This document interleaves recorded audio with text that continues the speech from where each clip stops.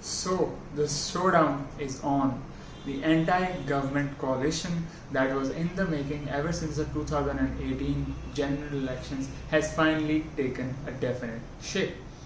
Now this anti-government coalition, also known as the Pakistan Democratic Movement, wants to unseat the government because they think that the government is an illegitimate one, because the elections of 2018 which brought this government upon Pakistan were illegitimate, they were rigged, and they were not transparent or in any way acceptable to the public of Pakistan.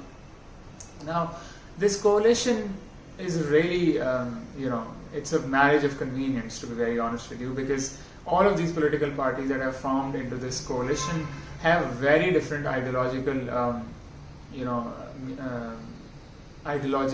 rootings. They have very different visions of Pakistan. Their policies toward different national issues and provincial issues are completely different, and they have a history of fighting against each other in the worst possible forms. But anyhow, they have joined together their forces, and the objective that they state is basically for the strengthening of democracy, as the name of the very organization basically implies. Secondly, to bring civilian supremacy in Pakistan, and thirdly, to have across the board unbiased accountability, so that there is no semblance of political victimization and everyone is held accountable for the actions that they undertake in public service. But as we all know, the real objectives are substantially different from the stated objectives. First of all, they want to save the skin of their leadership, who are in deep trouble due to corruption cases, NAB references, and the overall state machinery working against them and their interests. And secondly, they, perhaps using a lot of pressure tactics and street politics, they want to perhaps forge some kind of deal with the establishment. But at the same time, there are significant genuine grievances of the opposition parties that have banded together, which should be really given a lot of thought, because they are directly at the heart of the civil-military imbalance in Pakistan. So regarding this topic, regarding the recent developments, regarding the Pakistan Democratic Movement, the kind of question that you can get in the CSS is going to be along the lines of civil-military imbalance, institutional imbalance, and how to address them. And you can use this coalition, the PDM, as an example in your answer, and it would give a lot of semblance and credibility to your answers, right? So let's look at the genuine grievances of these political parties, which are important for the future of Pakistan's democracy, human rights, and the progression of Pakistan as a nation. So first of all, it's quite clear that the current accountability drive by the National Accountability Bureau is biased in the favor of the government and against the interest of the opposition. It is a one-sided accountability, and to a large extent its purpose has become political victimization, because even though many of the government politicians were put under trial by NAB, they were eventually released. All the allegations against them were somehow disbanded, and there was no real action, affirmative action, against members of the ruling party. Secondly, NAB has been created as a tool of political victimization by a dictator, and this is a long-held grievance of political parties such as Pakistan Muslim League Nawaz and Pakistan People's Party, because they have faced the brunt of one-sided accountability and political victimization at the hands of National Accountability Bureau, which was basically created by Musharraf for the very purpose of suppressing different political parties and ideologies in Pakistan. Thirdly, all the three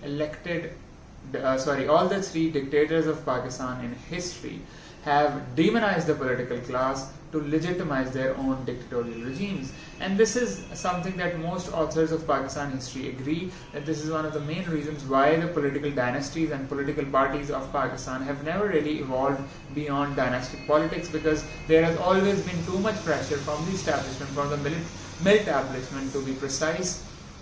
So they couldn't really evolve democratic ideals within their parties.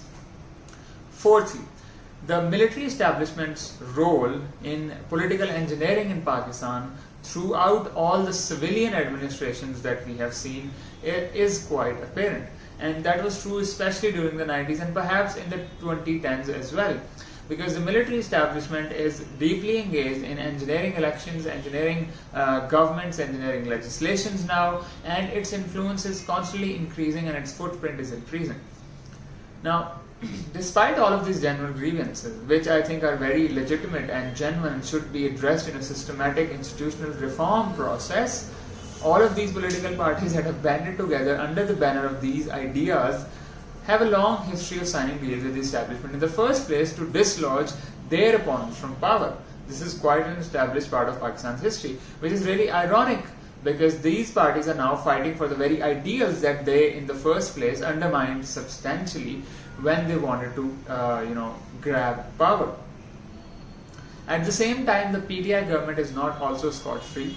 The PTI government has a couple of anti-democratic credentials.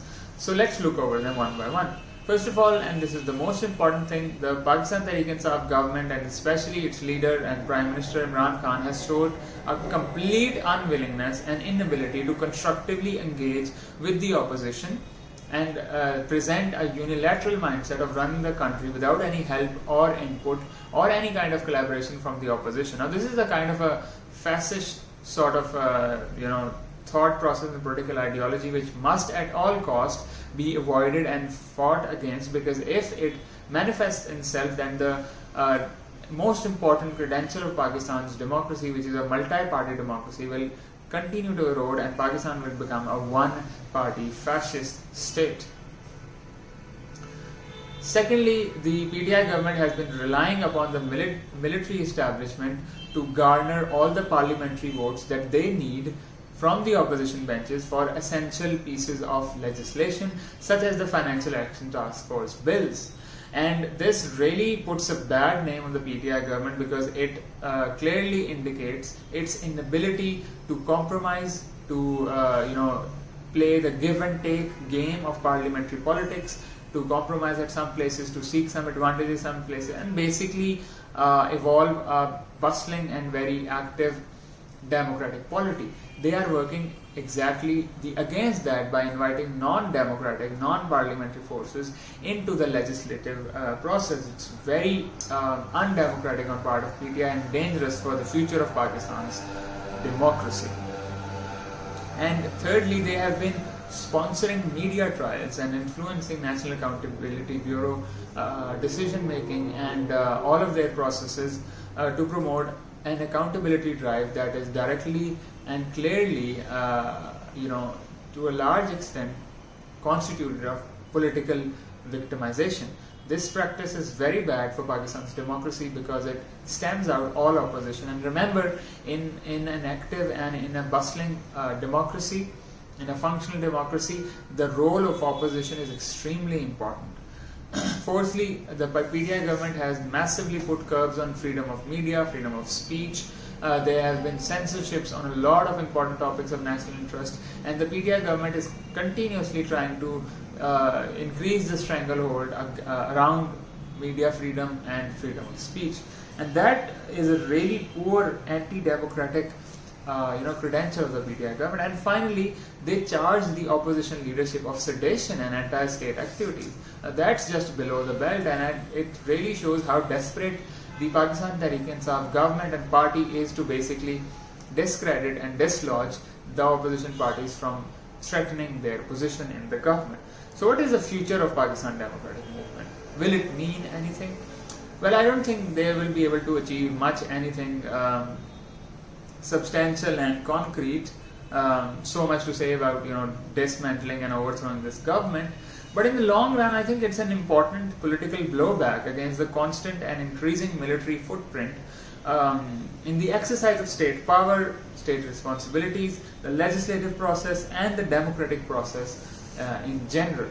And finally, I think that the PDM movement might be able to provide some kind of context for strengthening the electoral system of Pakistan, because when the next election will come in 2023, perhaps these very political parties will push for a more transparent and cleaner electoral system to avoid the kind of disastrous mismanagement that we saw in the case of RTS system, result transmission system, during the elections of 2018.